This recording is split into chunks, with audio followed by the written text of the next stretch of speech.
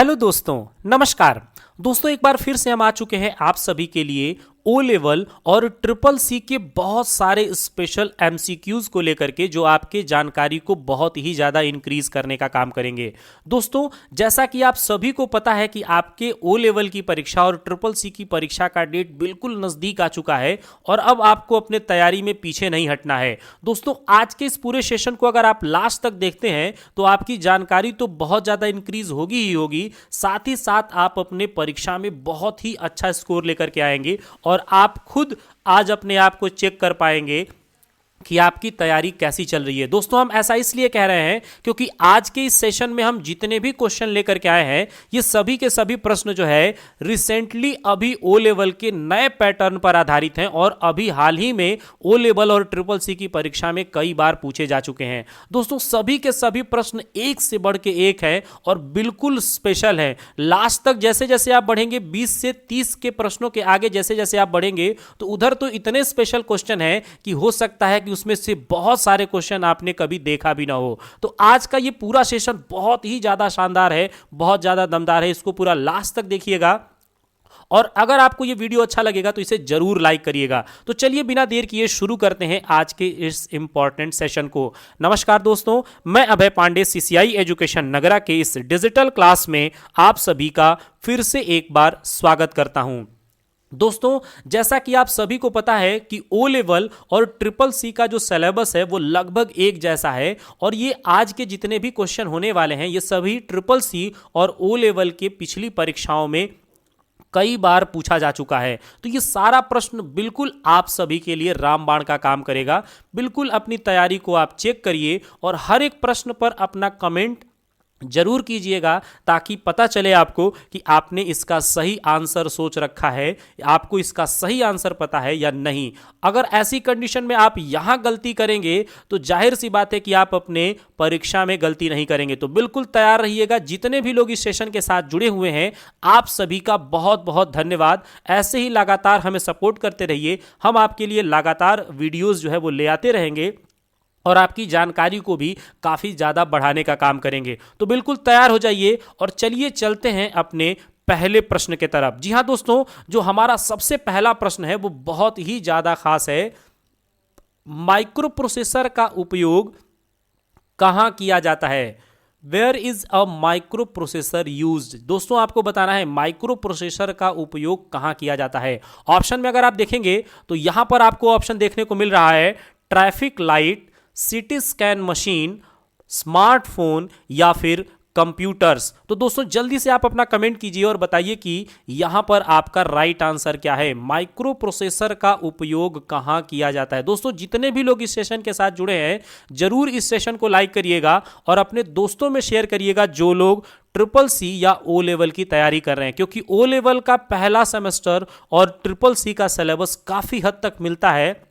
इसलिए अगर आज के इस 50 क्वेश्चनों को आप सॉल्व कर लेंगे तो काफ़ी हद तक आप दोनों ही परीक्षाओं की तैयारी कर लेंगे। तो दोस्तों आपको बता दें कि माइक्रो प्रोसेसर का उपयोग जो है वो सबसे ज़्यादा कंप्यूटर में किया जाता है। तो दोस्तों यहाँ पर जो राइट आंसर हो जाएगा वो कंप्यूटर हो जाएगा। दोस्तों यहाँ पर राइट आंसर बिल्कुल सही जो जवाब है वो आपको कंप्यूटर मिल जाएगा। जी हाँ दोस्तों, कंप्यूटर में सबसे ज़्यादा जो है माइक्रो प्रोसेसर तकनीक का इस्तेमाल किया जाता है। दोस्तों माइक्रो प्रोसेसर टेक्नोलॉजी की बात करें तो कंप्यूटर के अंतर्गत ये चौथे जनरेशन में इस्तेमाल किया गया है और जिस भी कंप्यूटर में माइक्रो प्रोसेसर का प्रयोग किया गया है उसे माइक्रो कंप्यूटर कहते हैं या फिर पीसी के नाम से जाना जाता है। तो आई होप पहले प्रश्न का आंसर आप सभी ने बहुत अच्छे से समझ लिया है। दोस्तों आप सभी लगातार अपना कमेंट करते रहिए ताकि मुझे भी ये देख करके अच्छा लगे और आप लोग को भी पता चले कि आपने सही आंसर किया है या फिर नहीं। अब चलते हैं सेकंड क्वेश्चन के तरफ। क्वेश्चन नंबर सेकंड है डेस्कटॉप प्रकाशन के लिए किस प्रिंटर का उपयोग आमतौर पर किया जाता है? जी हाँ दोस्तों, DTP यहां पे देखिए लिखा है विच printer is very commonly use for desktop publishing. दोस्तों डेस्कटॉप पब्लिशिंग में कौन सा एक कॉमन प्रिंटर है जो सबसे ज्यादा इस्तेमाल होता है? ऑप्शन देखिए दिया हुआ है laser printer, inkjet printer, daisy wheel printer या फिर डॉट मैट्रिक्स प्रिंटर। चलिए दोस्तों जल्दी से अपना कमेंट कीजिए दोस्तों आप सभी को बता दें कि अभी हम लोग बेसिक से शुरू कर रहे हैं। जैसे जैसे आप आगे बढ़ेंगे, 15 से 20 प्रश्न के आगे जैसे जैसे आप बढ़ते जाएंगे, आपको इतने सारे स्पेशल क्वेश्चन देखने को मिलेंगे जो शायद आप पहली बार देख रहे होंगे, और आपकी जानकारी तो बहुत ज़्यादा इंक्रीज होगा। तो पूरा लास्ट तक इस सेशन को देखते रहिएगा, क्योंकि ये सेशन आपको आपकी परीक्षा में सबसे अच्छा स्कोर करने में मदद करने वाला है। तो दोस्तों क्वेश्चन नंबर सेकंड का जो राइट आंसर होगा वो हो जाएगा option number A, laser printer. जी हां दोस्तों, लेजर प्रिंटर का इस्तेमाल वर्तमान समय में डेस्कटॉप पब्लिशिंग के लिए सबसे ज़्यादा प्रयोग किया जाता है। दोस्तों लेजर प्रिंटर के बारे में यहां पर हम आपको बता दें तो लेजर प्रिंटर जो है एक ऐसा प्रिंटर है जिसमें एक सिलेंड्रिकल ड्रम होता है जिसे फोटो रिसेप्टर के नाम से जाना जाता है, और इसकी गति बहुत ही फास्ट होती है।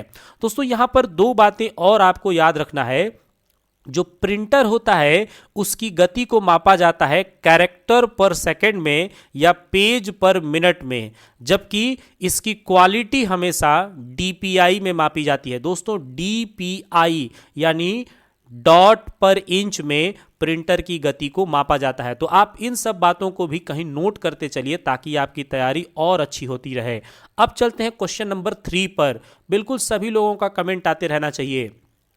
तीसरा प्रश्न है, कंप्यूटर की 5वीं पीढ़ी में किस तकनीक का उपयोग किया जाता है? जी हां दोस्तों, विच technology is use in the 5th generation of computers.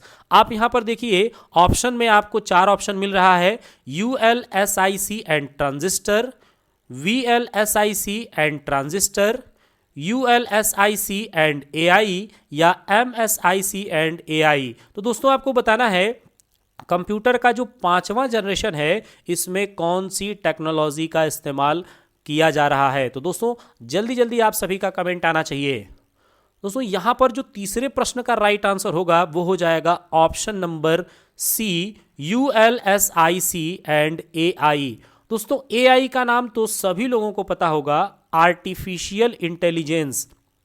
AI का पूरा नाम है आर्टिफिशियल इंटेलिजेंस, जबकि यूएलएसआईसी का पूरा नाम हम आपको बता दें तो इसका पूरा नाम होगा ultra large scale integrated circuit. जी हाँ दोस्तों, ultra large scale integrated circuit जो है यह होगा यूएलएसआईसी का पूरा नाम, और एआई का पूरा नाम है आर्टिफिशियल इंटेलिजेंस। दोस्तों father of AI John McCarthy को कहा जाता है। जॉन मैकार्थी को एआई का जनक कहा जाता है। तो क्वेश्चन नंबर 3 का right answer option number C हो जाएगा। अब चलते हैं नेक्स्ट क्वेश्चन की तरफ। Console or keyboard, hard drive and screen, true या फिर फॉल्स? दोस्तों कंसोल के बारे में पूछा गया। कंसोल, कीबोर्ड, हार्ड ड्राइव और स्क्रीन है, क्या ये बात सही है या फिर गलत है? जल्दी से अपना आंसर कमेंट कीजिए। Console or keyboard, hard drive and screen, true या फिर फॉल्स? आपका जल्दी से कमेंट आना चाहिए। जल्दी जल्दी आप सभी अपना कमेंट करें। तो दोस्तों यहां पर जो राइट आंसर होगा वो हो जाएगा फॉल्स। दोस्तों कंसोल जो है ना तो कीबोर्ड है, ना तो स्क्रीन है, और ना ही वो किसी तरीके का हार्ड ड्राइव है। कंसोल की अगर बात करें तो कंसोल जो है किसी भी ब्राउज़र पर एक तरीके का इंटरफेस होता है। जब किसी ब्राउज़र पर आप राइट बटन क्लिक करेंगे तो वहाँ से आप कंसोल के अंतर्गत जा सकते हैं। तो दोस्तों कंसोल जो है यहाँ पर ना तो कीबोर्ड है, ना तो हार्ड ड्राइव है, और ना ही स्क्रीन है, इसलिए यह सेंटेंस जो है वो फॉल्स हो जाएगा। तो option number B is the right answer. अब चलेंगे नेक्स्ट क्वेश्चन पे। क्वेश्चन नंबर 5 है, what is the function of RAM? RAM का फंक्शन क्या है? Can read and write, can only read, can only write, या डिपेंड्स ऑन कंप्यूटर? तो दोस्तों चलिए जल्दी से अपना कमेंट कीजिए और बताइए कि रैम का फंक्शन क्या है। What is the function of RAM? तो दोस्तों रैम के बारे में तब तक हम आपको बताते चलें, इसका पूरा नाम है रैंडम एक्सेस मेमोरी, जो कंप्यूटर की प्राइमरी मेमोरी की कैटेगरी में आता है। और दोस्तों रैम एक ऐसा मेमोरी है जो कि रीड और राइट दोनों हो सकता है, इसलिए यहां पर जो राइट आंसर होगा वो हो जाएगा ऑप्शन नंबर ए। दोस्तों ऑप्शन नंबर ए जो है यहां पर बिल्कुल ही राइट आंसर होगा, क्योंकि रैम के अंदर डेटा हम रीड भी कर सकते हैं और राइट करने का भी काम आसानी से कर सकते हैं। दोस्तों रैम दो प्रकार का होता है, एक को हम लोग एस रैम और दूसरे को डी रैम के नाम से जानते हैं। दोस्तों ये सारे के सारे प्रश्न जो है वो ओ लेवल में और ट्रिपल सी में पूछे गए हैं। जैसे जैसे हम लोग आगे बढ़ते जाएंगे बहुत सारे स्पेशल क्वेश्चन आपको देखने को मिलेंगे, तो बिल्कुल भी पैनिक नहीं होंगे, इत्मीनान से पूरे वीडियो को, पूरे सेशन को लास्ट तक देखिए और अपना कमेंट भी लगातार करते रहिए, जिससे मुझे एनर्जी आपको पढ़ करके मिले और मैं ऐसे ही वीडियो आप सभी के लिए, ऐसे ही लाइव सेशन लगातार आपके लिए लाते रहें। तो दोस्तों अगले प्रश्न की तरफ चलते हैं। फ्लॉपी डिस्क 3.5 की स्टोरेज क्षमता क्या है? जी हाँ दोस्तों, फ्लॉपी डिस्क जो 3.5 है इसकी स्टोरेज कैपेसिटी की बात हो रही है कि क्या है। What is the storage capacity of floppy disk 3.5? Option देखिए दिया हुआ है 1.44 KB, 1.44 GB, 1.44 MB या फिर 1.40 MB। तो दोस्तों जल्दी से अपना कमेंट कीजिए और बताइए कि यहां पर राइट आंसर क्या होने वाला है। तो दोस्तों यहां पर क्वेश्चन नंबर जो 6 है इसका राइट आंसर हो जाएगा ऑप्शन नंबर सी 1.44 MB। जी हाँ दोस्तों 1.44 MB जो है यहां पर बिल्कुल ही राइट आंसर हो जाएगा एक फ्लॉपी डिस्क की स्टोरेज कैपेसिटी। MB का पूरा नाम होता है मेगाबाइट, GB का पूरा नाम गीगाबाइट और KB का पूरा नाम है किलोबाइट। तो दोस्तों एक फ्लॉपी डिस्क की जो स्टोरेज कैपेसिटी होती है जो 3.5 इंच का होता है उसको हम लोग 1.44 MB कहते हैं। दोस्तों अब चलेंगे हम लोग अपने नेक्स्ट क्वेश्चन की तरफ। अगला प्रश्न है कंप्यूटर शब्द किस भाषा से लिया गया है? जी हाँ दोस्तों कंप्यूटर जो शब्द है वो किस भाषा से लिया गया है? इंग्लिश, हिंदी, लैटिन या फिर संस्कृत? चलिए दोस्तों जल्दी से अपना राइट आंसर कमेंट कीजिए और बताइए कि कंप्यूटर शब्द किस भाषा से लिया गया है। दोस्तों कंप्यूटर शब्द की उत्पत्ति जो है वो कंप्यूट शब्द से हुई है और कंप्यूट शब्द का अर्थ होता है गणना करना, और यह जो शब्द है वो एक लैटिन भाषा का शब्द है। तो ऑप्शन नंबर सी बिल्कुल यहां पर राइट आंसर हो जाएगा। जी हाँ दोस्तों ऑप्शन नंबर सी बिल्कुल ही करेक्ट आंसर होगा। कंप्यूट शब्द लैटिन भाषा से लिया गया है। अब चलेंगे नेक्स्ट क्वेश्चन पे। क्वेश्चन नंबर यहां पर है 8। कंप्यूटर की कौन सी पीढ़ी कृत्रिम बुद्धिमत्ता से जुड़ी है? जी हां दोस्तों which particular generation of computer is associate with AI artificial intelligence? Second, third, fourth या फिर फिफ्थ जनरेशन? चलिए दोस्तों जल्दी से अपना कमेंट कीजिए, बताइए कंप्यूटर की कौन सी पीढ़ी कृत्रिम बुद्धिमत्ता से जुड़ी हुई है। तो दोस्तों यहां पर जो राइट आंसर होगा वो हो जाएगा option number D, fifth generation. जी हां दोस्तों कंप्यूटर का जो 5वां जनरेशन है वो AI टेक्नोलॉजी के लिए जाना जाता है, जिसे हम आर्टिफिशियल इंटेलिजेंस के नाम से जानते हैं। और अभी थोड़ी देर पहले हमने आपको बताया कि AI का जनक जॉन मैकार्थी को कहा जाता है और AI कंप्यूटर साइंस का एक ब्रांच है। अब चलेंगे नेक्स्ट क्वेश्चन पे। नेक्स्ट क्वेश्चन है CD की भंडारण क्षमता DVD से अधिक होती है? जी हाँ दोस्तों ट्रू फॉल्स का क्वेश्चन है, बिल्कुल कंफ्यूज नहीं होइएगा। CD की भंडारण क्षमता DVD से अधिक होती है। इंग्लिश में भी पढ़ लीजिए, storage power of DVD is more than a normal CD की क्षमता जो होती है वो DVD से अधिक होती है। तो बिल्कुल दोस्तों ये बात जो है वो फॉल्स है। CD की स्टोरेज कैपेसिटी DVD की क्षमता से कम होती है। दोस्तों DVD जो होता है इसकी स्टोरेज कैपेसिटी ज़्यादा होती है, जबकि CD की स्टोरेज कैपेसिटी केवल 700 MB होती है। दोस्तों आपको यहाँ पे बता दें CD की स्टोरेज कैपेसिटी 700 MB, जबकि DVD की स्टोरेज कैपेसिटी जो होती है वह होता है 4.7 GB। तो DVD की स्टोरेज कैपेसिटी ज़्यादा होती है जबकि CD की स्टोरेज कैपेसिटी कम होती है। तो नेक्स्ट यहां पर चलते हैं अगले प्रश्न पे। वर्ड शब्दकोश में उपलब्ध न रहने वाले शब्दों को आप किसमें शामिल कर सकते हैं? जी हाँ दोस्तों वर्ड के डिक्शनरी में देखिए लिखा है you can add word not available in word dictionary too. अगर आप वर्ड की डिक्शनरी में शब्दकोश में वो शब्द उपलब्ध नहीं है तो आप उन शब्दों को किस में शामिल करेंगे? My dictionary, user dictionary, custom dictionary या फिर लाइव डिक्शनरी? चलिए दोस्तों जल्दी से अपना कमेंट कीजिए और बताइए कि क्वेश्चन नंबर 10 का राइट आंसर क्या होने वाला है। तो दोस्तों एमएस वर्ड के अंदर बहुत सारे शब्द पहले से स्टोर रहते हैं, लेकिन अगर वर्ड के शब्दकोश में भी कोई शब्द नहीं है और आप उसको उसमें शामिल करना चाहते हैं तो आप यूज करेंगे माई डिक्शनरी का। जी हाँ दोस्तों, माई डिक्शनरी के अंतर्गत आप आएंगे और यहां से बड़े आसानी के साथ आप अपने शब्दों को ऐड कर सकते हैं। तो दोस्तों राइट आंसर जो हो जाएगा ऑप्शन नंबर ए हो जाएगा। ऑप्शन नंबर ए बिल्कुल यहां पर सही आंसर होगा। अब चलते हैं नेक्स्ट क्वेश्चन पे। दोस्तों अगला जो प्रश्न है वो है पोर्ट्रेट का उपयोग पेज के किस ओरिएंटेशन को संदर्भित करने के लिए किया जाता है? दोस्तों portrait is use to refer to page orientation which is. Portrait का उपयोग पेज के किस ओरिएंटेशन को संदर्भित करता है? वर्टिकल, हॉरिजॉन्टल, फ्लिप या अपसाइड डाउन? चलिए दोस्तों जल्दी से अपना कमेंट कीजिए। पोर्ट्रेट जो है, और इसका दोस्तों इसको ऐसे भी समझ सकते हैं आप कि पोर्ट्रेट का एक दूसरा नाम क्या है। तो दोस्तों यहां पे जो राइट आंसर होगा वो हो जाएगा ऑप्शन नंबर ए, वर्टिकल। जी हाँ दोस्तों, पोर्ट्रेट को वर्टिकल कहा जाता है, जबकि जो लैंडस्केप होता है उसे हम लोग हॉरिजॉन्टल कहते हैं। तो दोस्तों पोर्ट्रेट के लिए पेज ओरिएंटेशन वर्टिकल होता है। यहां पर क्वेश्चन नंबर 11 का राइट आंसर भी ए हो जाएगा। दोस्तों इस तरह के तमाम वीडियो जो हैं हमारे चैनल पर पड़े हुए हैं। अगर आप हमारे चैनल पर पहली बार विजिट कर रहे हैं तो आप हमारे चैनल के प्लेलिस्ट में जाइए और वहां से आप मास्टर क्लास, ट्रिपल सी के एमसीक्यू क्लास और जितने भी लाइव सेशन वगैरह हमने चलाए हैं उन सब को भी आप देख करके अपने कंप्यूटर की जानकारी को बहुत ज़्यादा इंक्रीज कर सकते हैं। हमारे चैनल पे आपको बहुत सारे वीडियोस जो है वो कंप्यूटर के ट्रिपल सी और ओ लेवल से रिलेटेड मिल जाएंगे। तो अगर आप इनकी पढ़ाई कर रहे हैं तो आपको हमारे चैनल को ज़रूर ज्वाइन करना चाहिए और साथ ही साथ रेड कलर के बटन को प्रेस करके सब्सक्राइब भी कर ले, ताकि नए वीडियो का नोटिफिकेशन भी लगातार आप सभी को मिलता रहे। अब चलिए चलते हैं नेक्स्ट क्वेश्चन पे। पासपोर्ट सेवा वेबसाइट है। जी हाँ दोस्तों, पासपोर्ट सेवा जो है इसकी कौन सी वेबसाइट है? 4 वेबसाइटों का नाम यहां पर दिया हुआ है, बिल्कुल केयरफुली आप पढ़ लीजिए चारों ऑप्शनों को और आपको बताना है पासपोर्ट सेवा के लिए कौन सी ऑफिशियल वेबसाइट है।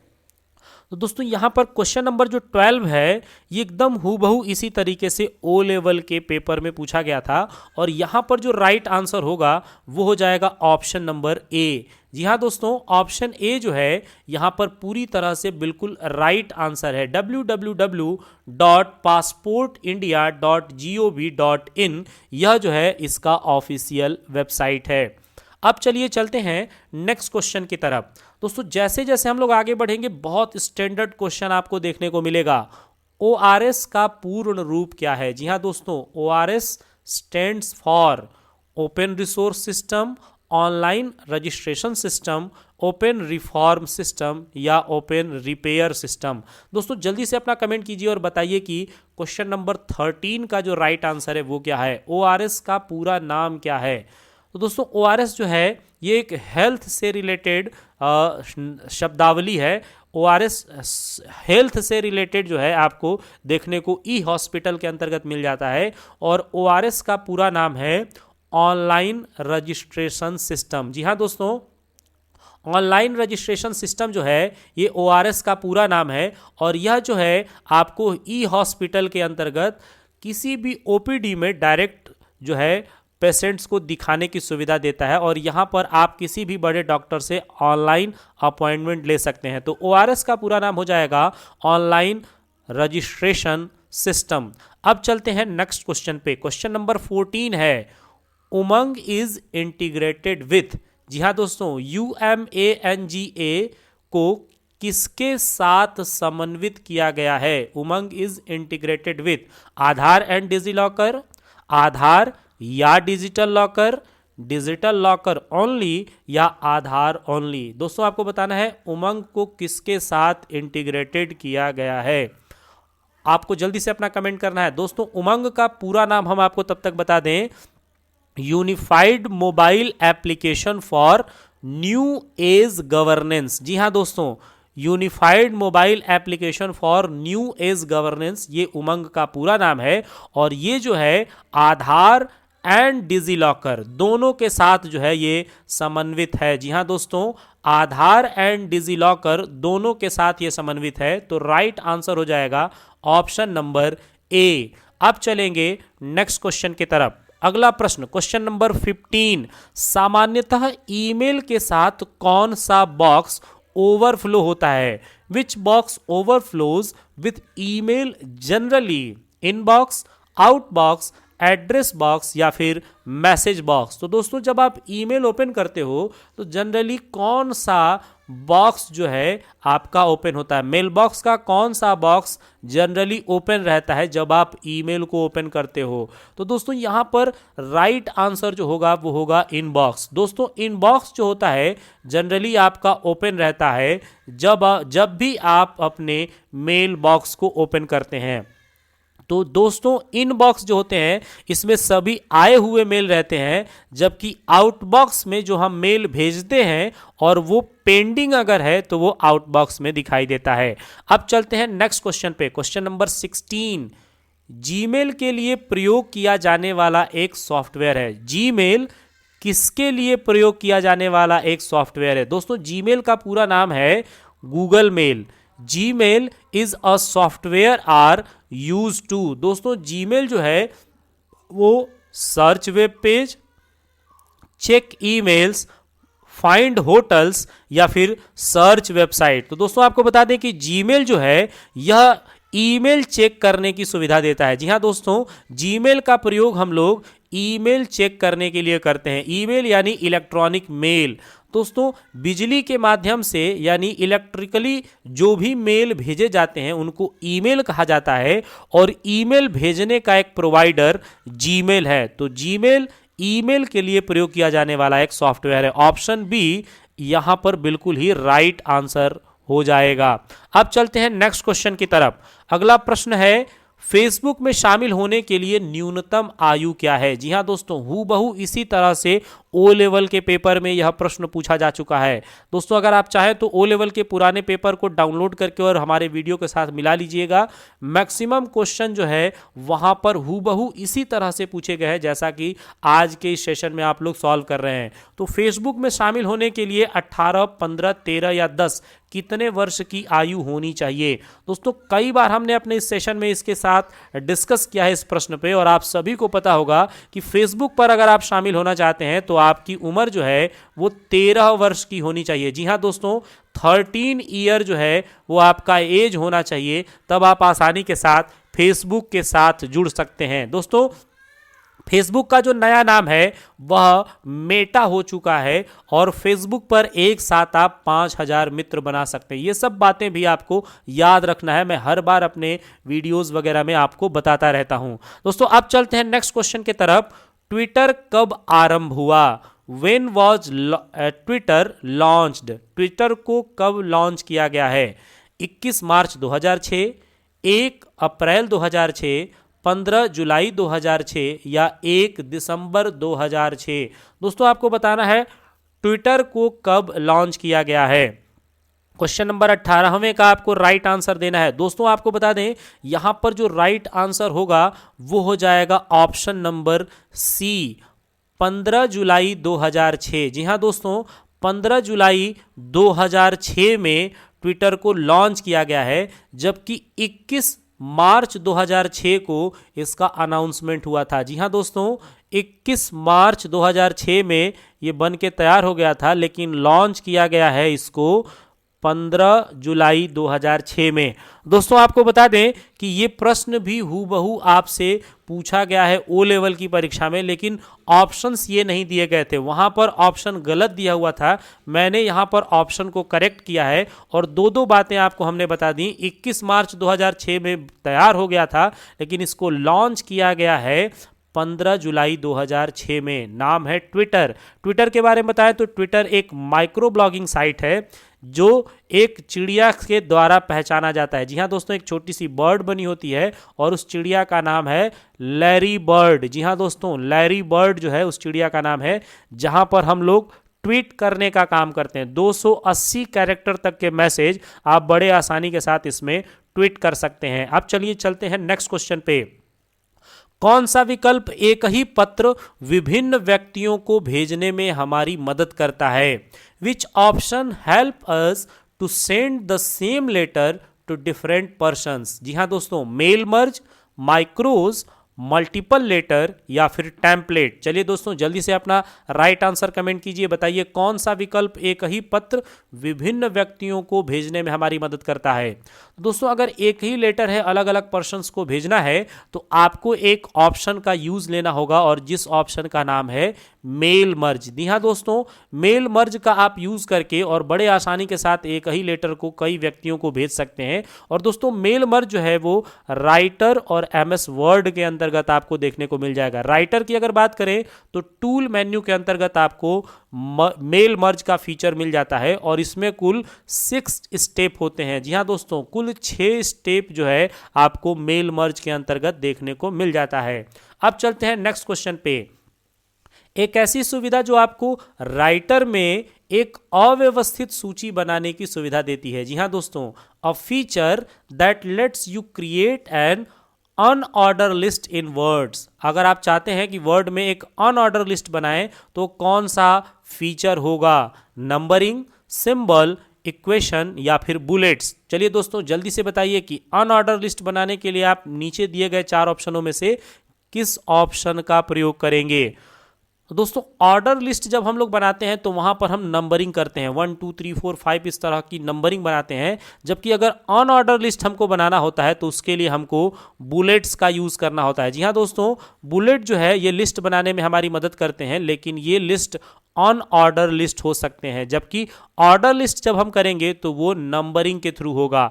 अब चलेंगे नेक्स्ट क्वेश्चन पे, क्वेश्चन नंबर 21। एक वाक्य के प्रथम अक्षर को कैपिटल बनाने और अन्य सभी अक्षरों को लोअर केस में रखने के लिए किस केस बटन का प्रयोग करना चाहिए? बिल्कुल ध्यान से पढ़ लीजिए, बड़ा प्रश्न है लेकिन आसान क्वेश्चन है। Which case button is use to capitalize the first letter of a sentence and leave all other letters as lower case?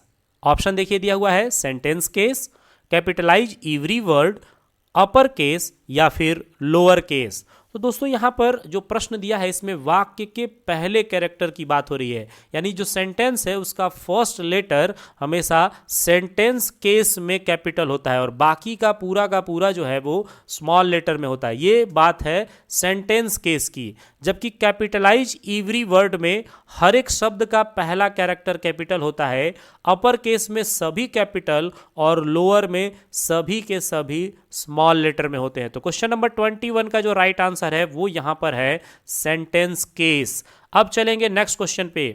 खुली हुई डॉक्यूमेंट का नाम कहां प्रदर्शित होता है?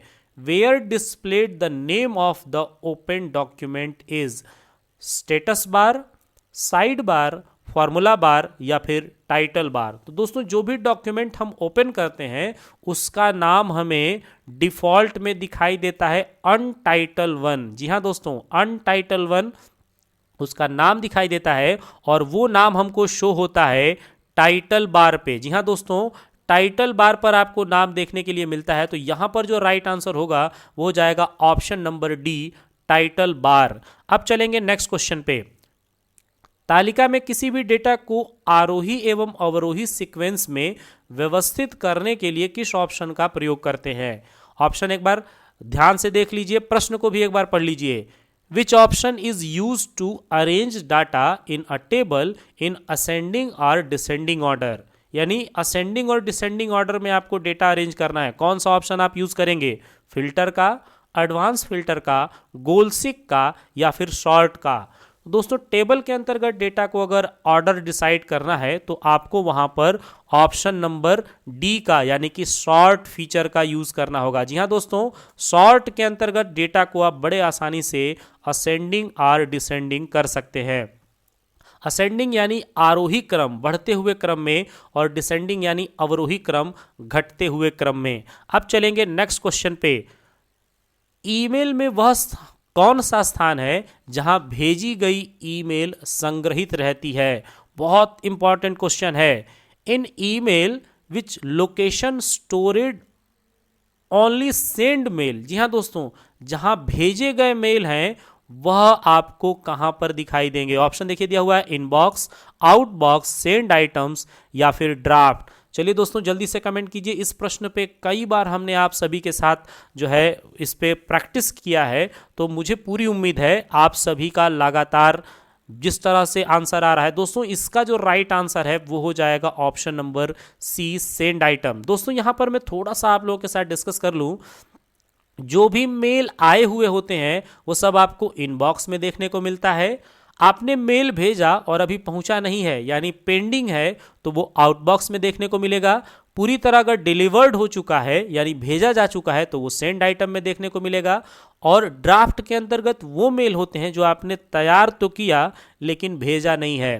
दोस्तों आप सभी का इसी तरह से लगातार कमेंट आता रहेगा तो ये मेरे लिए बहुत अच्छी बात होगी। और जितने भी लोग इस सेशन के साथ जुड़े हुए हैं या जो लोग देर से अभी इस सेशन के साथ जुड़ रहे हैं, आप सभी का एक बार फिर से बहुत बहुत बहुत स्वागत है। और आप जल्दी से इस सेशन को लाइक करके और आगे के जितने भी क्वेश्चन हैं उन सभी को बहुत केयरफुली ध्यान से देखिएगा और अपनी तैयारी को बिल्कुल अच्छे से चेक कर लीजिएगा। दोस्तों अगले प्रश्न की बात करते हैं तो क्वेश्चन नंबर 25 ट्रू फॉल्स का है।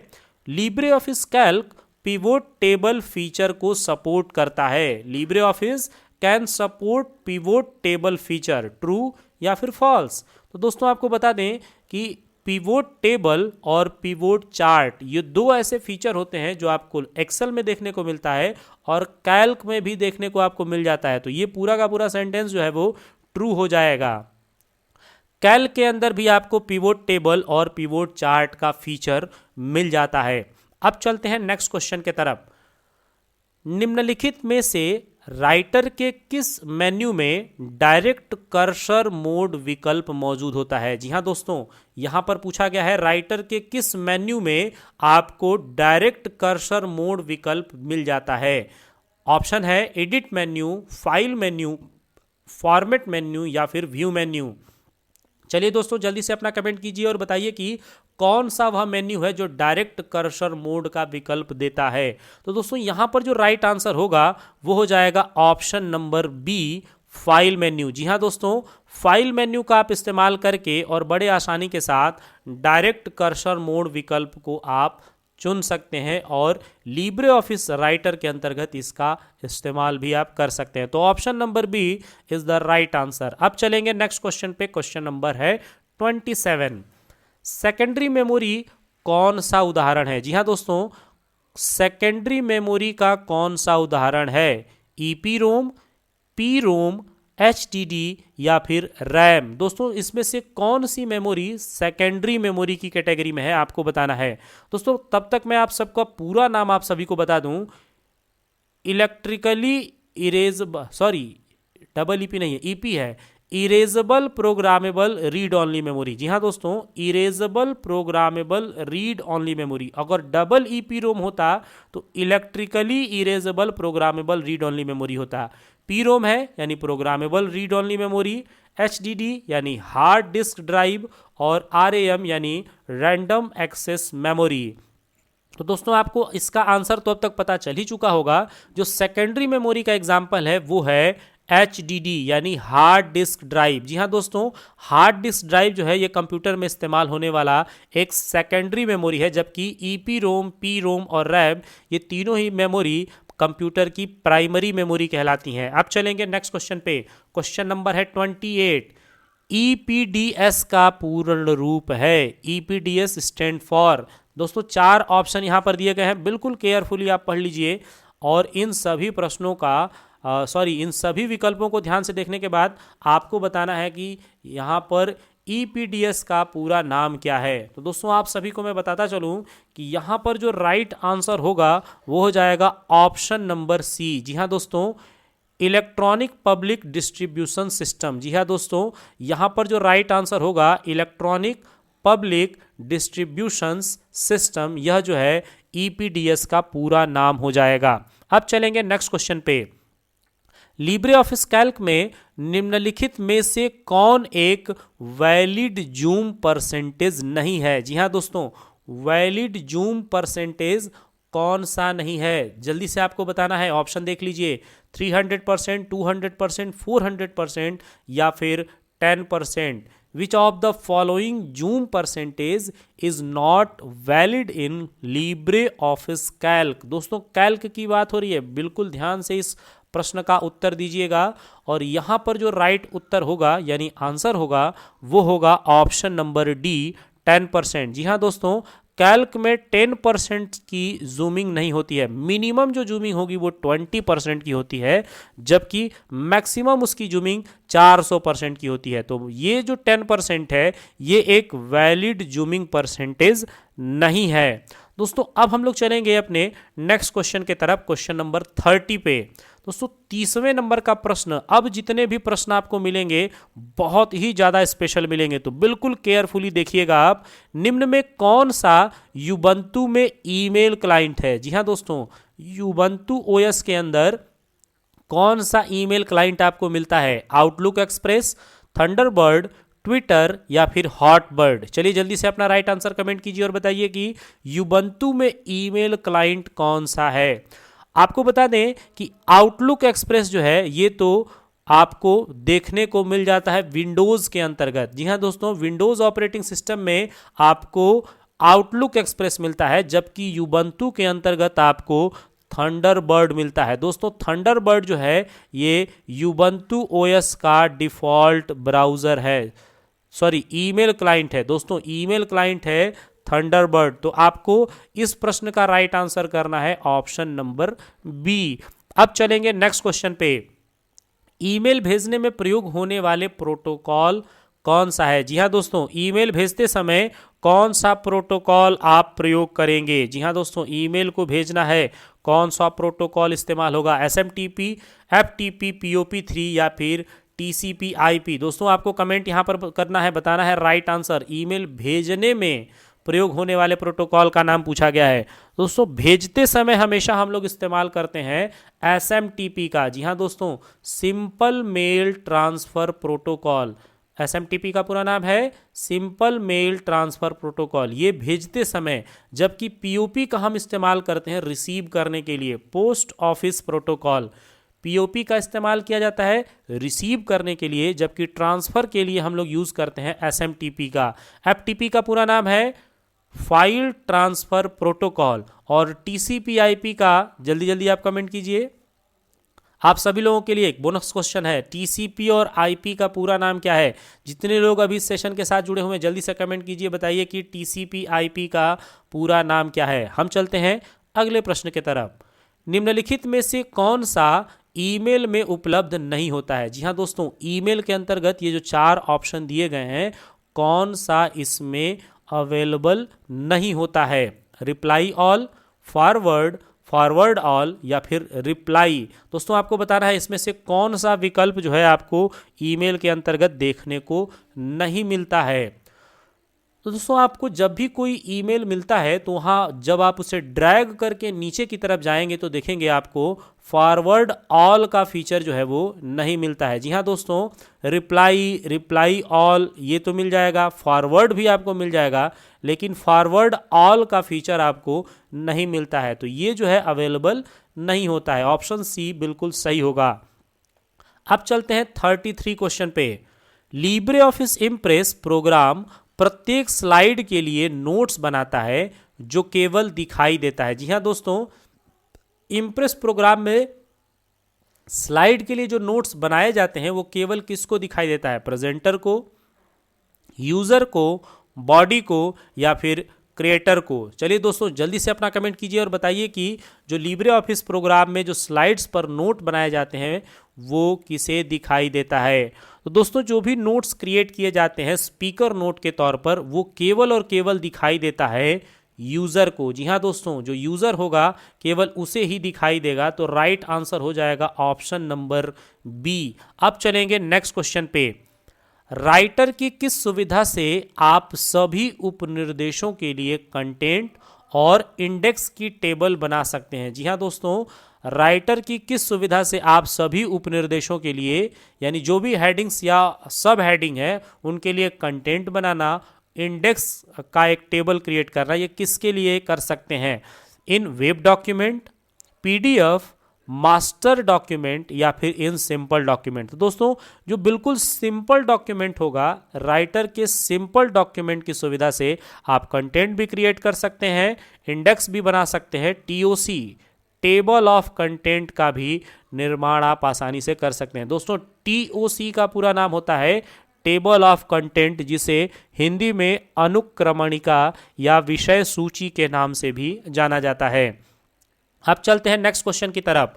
निम्न में कौन उपयोगकर्ता की गतिविधि पर नजर रखता है और पृष्ठभूमि में उस जानकारी को किसी और को प्रेषित करता है? जी हाँ दोस्तों, who monitors user activity and transmit that information in the background to someone else, spyware, malware, firmware या फिर एडवेयर। दोस्तों अब जितने भी प्रश्न आपको मिलेंगे इतने खास होंगे कि आपको पढ़ करके मजा आ जाएगा। दोस्तों आपको बताना है क्वेश्चन नंबर 35 का राइट आंसर। तो दोस्तों आपको बता दें कि जो यूजर की एक्टिविटी को कोऑर्डिनेट करता है, मॉनिटरिंग करता है, वह स्पाईवेयर कहलाता है। जी हाँ दोस्तों, स्पाईवेयर जो है यूजर के सारे इंटरनेट एक्टिविटी को यह हमेशा देखता रहता है और बैकग्राउंड में काम कर रहे दूसरे यूजर को यह देने का काम करता है। तो क्वेश्चन नंबर 35 का जो राइट आंसर होगा वो हो जाएगा ऑप्शन नंबर ए, स्पाईवेयर। 36 में चलते हैं। पारंपरिक एआई तकनीकों में आज भी निम्नलिखित को छोड़कर सभी शामिल हैं। Traditional AI techniques still today include all of the following except। दोस्तों यहां पर आपको बताना है पैरेलल प्रोसेसिंग, पैटर्न रिकॉग्नाइजेशन या फिर अनुमानी या फिर सर्चिंग, खोज करना। तो दोस्तों आपको बताना है कि इसमें कौन सी सुविधा को छोड़ करके सभी शामिल हैं। जी हाँ दोस्तों, सभी शामिल है। तो पैटर्न रिकॉग्नाइजेशन करना, अनुमान लगाना, खोजना, ये सब एआई की तकनीक है। पैरेलल प्रोसेसिंग आज भी नहीं है। तो दोस्तों पैरेलल प्रोसेसिंग जो है यहां पर राइट आंसर हो जाएगा। पैरेलल प्रोसेसिंग जिसे हिंदी में समानांतर प्रोसेसिंग के नाम से जाना जाता है। अब चलेंगे नेक्स्ट क्वेश्चन पे, क्वेश्चन नंबर 37।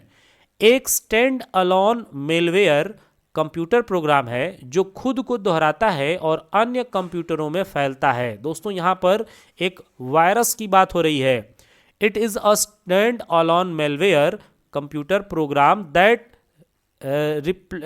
रिपीटेबल। दोस्तों यहाँ पर ये रिपीट करता है अपने आप को, बार बार दोहराता है अपने आप को और उसके बाद से दूसरे कंप्यूटरों में उसको भेजने का काम करता है। तो दोस्तों ये कौन सा मेलवेयर है? ऑपरेटिंग सिस्टम है, वॉर्म है, डिस्क क्लीनअप है या फिर हार्डवेयर है? तो दोस्तों इसका आपको आंसर बताना है। यहाँ एक मेलवेयर की बात हो रही है, मेलवेयर कंप्यूटर प्रोग्राम की बात हो रही है। तो दोस्तों ये कंप्यूटर प्रोग्राम मेलवेयर के तौर पर वार्म हो जाएगा।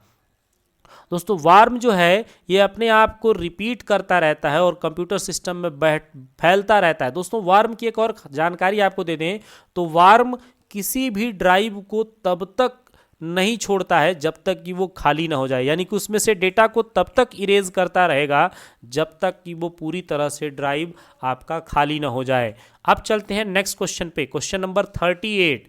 क्या हैकर के द्वारा कंप्यूटर को हैक करना हमेशा गलत और दंडनीय है? ट्रू या फिर फॉल्स? हैकर के द्वारा कंप्यूटर को हैक करना हमेशा गलत और दंडनीय है? तो बिल्कुल सही बात है। जी हाँ दोस्तों, हैकर कभी भी किसी भी कंडीशन में अगर डेटा को यानी कंप्यूटर को हैक करता है, डेटा को लीक करता है तो वो गलत है और वो एक दंडनीय अपराध है। जी हाँ दोस्तों, हैकर जो भी होते हैं ये इलीगल तौर पर आपके डेटा को मिसयूज करते हैं, किसी दूसरे को देते हैं, तो ये हमेशा ही गलत है और दंडनीय है। अब चलेंगे नेक्स्ट क्वेश्चन पे। मिश्रित वास्तविकता का अनुभव आभासी वास्तविकता और संवर्धित वास्तविकता से तत्वों को जोड़ता है। बहुत इंपॉर्टेंट है दोस्तों। मैंने कई बार आप सभी को क्लास में कहा है कि इंग्लिश और हिंदी दोनों को पढ़ करके ही आप अपना आंसर दीजिएगा, क्योंकि हिंदी में कई बार जो लिखावट होती है वो बहुत ही ज़्यादा इम्पॉर्टेंट होता है और बहुत ही ज़्यादा शुद्ध होता है। तो इसलिए यहाँ पर देखिए लिखा हुआ है mixed reality experience combines elements from virtual reality and augmented reality. तो दोस्तों ये बिल्कुल सही बात है। जो वर्चुअल रियलिटी यानी जो वीआर होता है और जो एआर होता है, इन दोनों का मिला जुला रूप जो होता है उसको मिक्स्ड रियलिटी के नाम से जाना जाता है।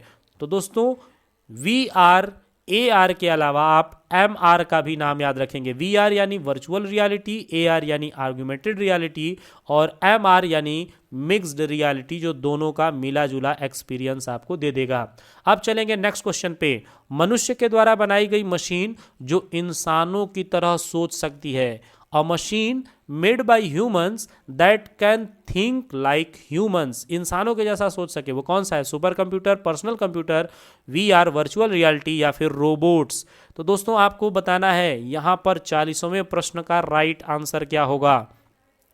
तो दोस्तों क्वेश्चन नंबर 40 का जो राइट आंसर है वो हो जाएगा ऑप्शन नंबर डी, रोबोट्स। दोस्तों रोबोट जो होते हैं यह जो है मनुष्य के जैसे सोच समझने की क्षमता रखते हैं। रोबोट भी एक तरह के कंप्यूटर होते हैं जिसमें एआई तकनीक का इस्तेमाल किया जाता है और इसमें प्रोग्राम किए जाने वाले कार्य को, रिपीटेबल टास्क को लगातार बार बार हमेशा कर सकते हैं और अब इनको theory of mind, self awareness जैसी सुविधाओं के साथ लैस किया जा रहा है। दोस्तों अगर आप इस सेशन को यहाँ तक देखते हुए आ चुके हैं तो मुझे पूरी उम्मीद है कि आपको बहुत सारे नए क्वेश्चन देखने को मिले होंगे और आपको हमारा यह सेशन बहुत अच्छा लग रहा होगा। दोस्तों अब तक अगर आपने लाइक नहीं किया है तो एक लाइक करिए, क्योंकि आपका एक लाइक मुझे बहुत ज़्यादा मोटिवेट करेगा और मैं इस तरह के वीडियोज़ आप सभी के लिए लगातार बनाता रहूँगा। जितने भी लोग इस सेशन के साथ जुड़े हुए हैं आप सभी का बहुत बहुत धन्यवाद। आप बिल्कुल ऐसे ही लगातार कमेंट करते रहिए और मुझे अंत में ज़रूर बताइएगा कि आपने इन 50 MCQs में से कुल कितने राइट आंसर किए हैं। दोस्तों हम लोगों ने 40 MCQs कवर कर लिया है और 10 MCQs है जो बहुत खास है, तो इनको आप बिल्कुल इत्मीनान से, ध्यान से अंत तक देखते रहिएगा। चलिए चलते हैं अगले क्वेश्चन की तरफ। एआई का क्षेत्र जिसमें फिंगरप्रिंट पहचान, लिखावट की पहचान शामिल है। जी हाँ दोस्तों, the field of AI that covers fingerprint identification, handwriting recognization is, उसको क्या बोलते हैं? तो दोस्तों यहाँ पे 4 ऑप्शन आपको देखने को मिल रहा है। Parsing programs, image analysis, pattern recognization या फिर फूजी लॉजिक। तो दोस्तों आपको बताना है कि यहाँ पर राइट आंसर क्या होगा। एआई का क्षेत्र जिसमें फिंगरप्रिंट पहचान और लिखावट की पहचान शामिल है, इसे क्या कहते हैं? तो दोस्तों यह जो राइट आंसर यहाँ पर होगा वो हो जाएगा पैटर्न रिकॉग्नाइजेशन। जी हाँ दोस्तों, पैटर्न रिकॉग्नाइजेशन जो है बिल्कुल यहाँ पर राइट आंसर हो जाएगा, जिसके थ्रू फिंगरप्रिंट के जो पैटर्न होंगे या जो लिखावट का पैटर्न होगा उसको रिकॉग्नाइज किया जाएगा। अब चलेंगे नेक्स्ट क्वेश्चन की तरफ। सिस्टम हैकिंग में सबसे महत्वपूर्ण गतिविधि क्या है? जी हाँ दोस्तों, सिस्टम हैकिंग में सबसे इंपॉर्टेंट एक्टिविटी क्या होता है?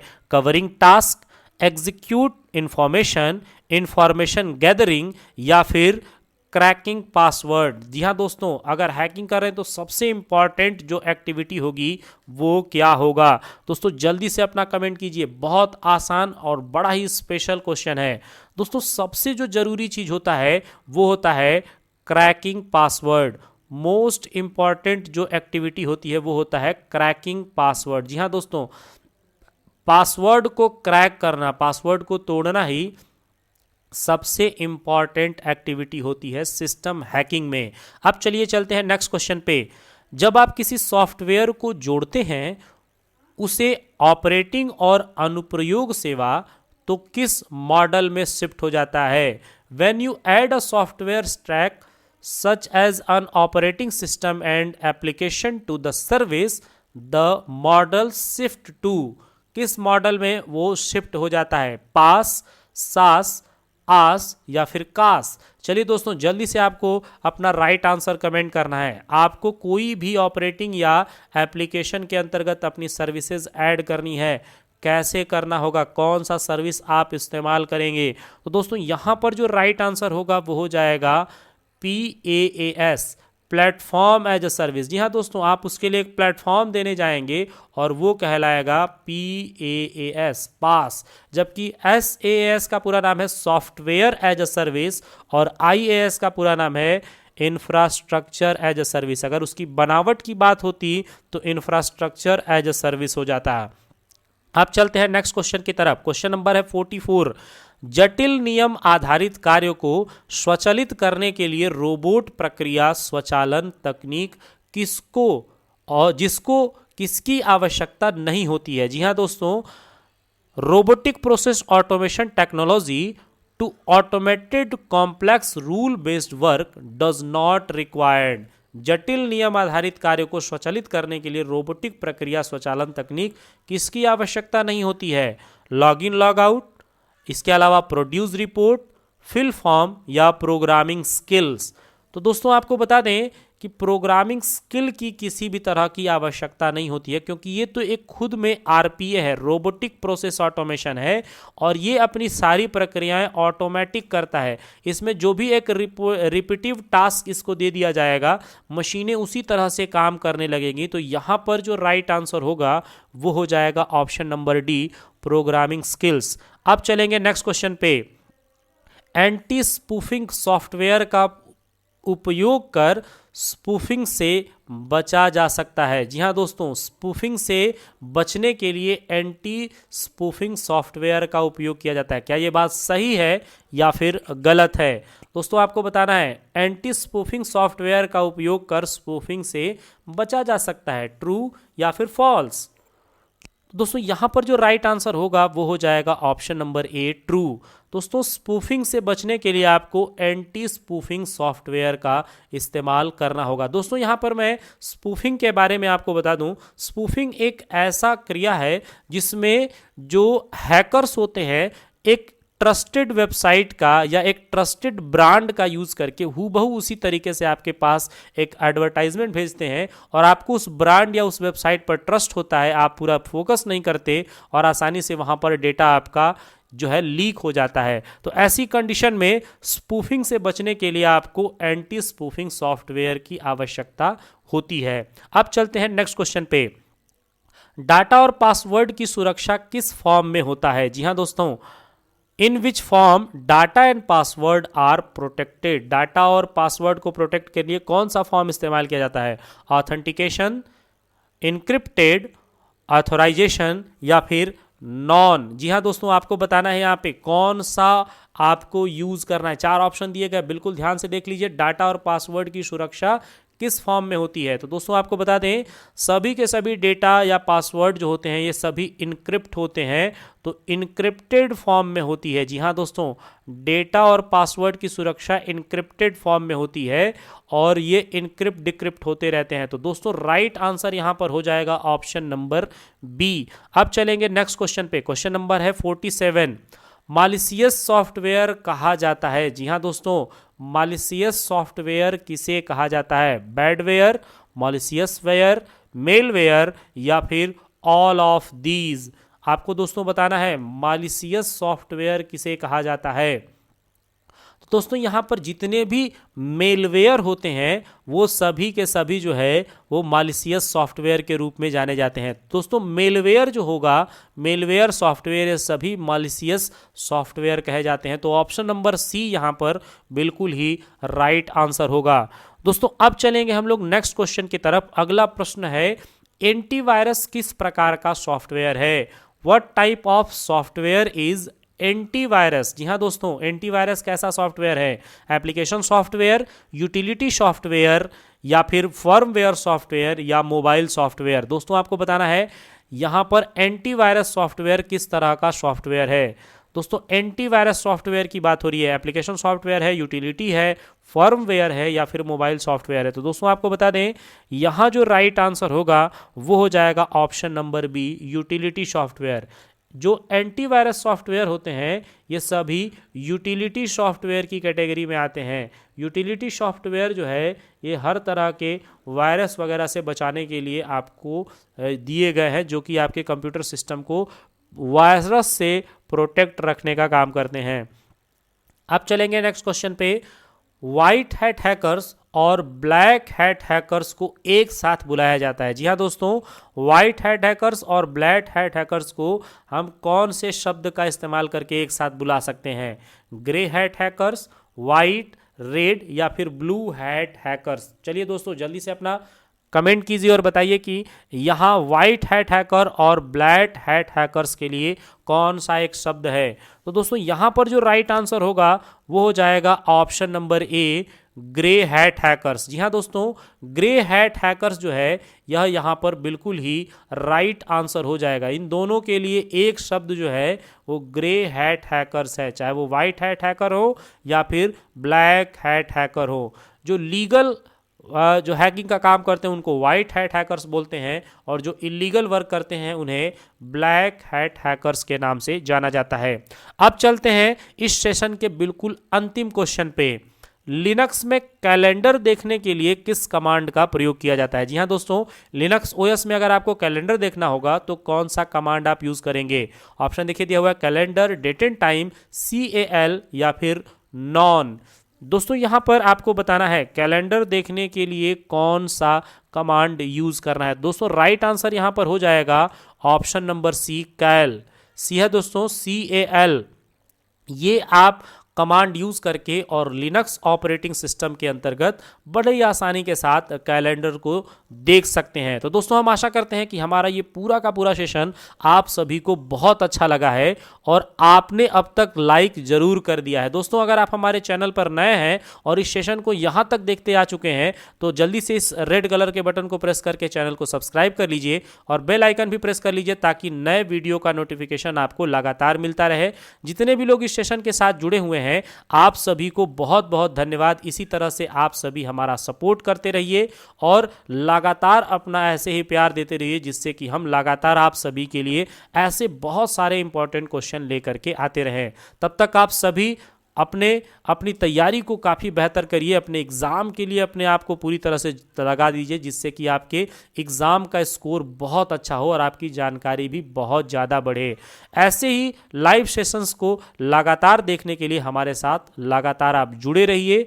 आपके एग्ज़ाम की आगामी शुभकामनाएं। आप सभी अपनी परीक्षा में बहुत अच्छा स्कोर करें, इसके लिए बहुत बहुत बहुत बहुत शुभकामनाएं।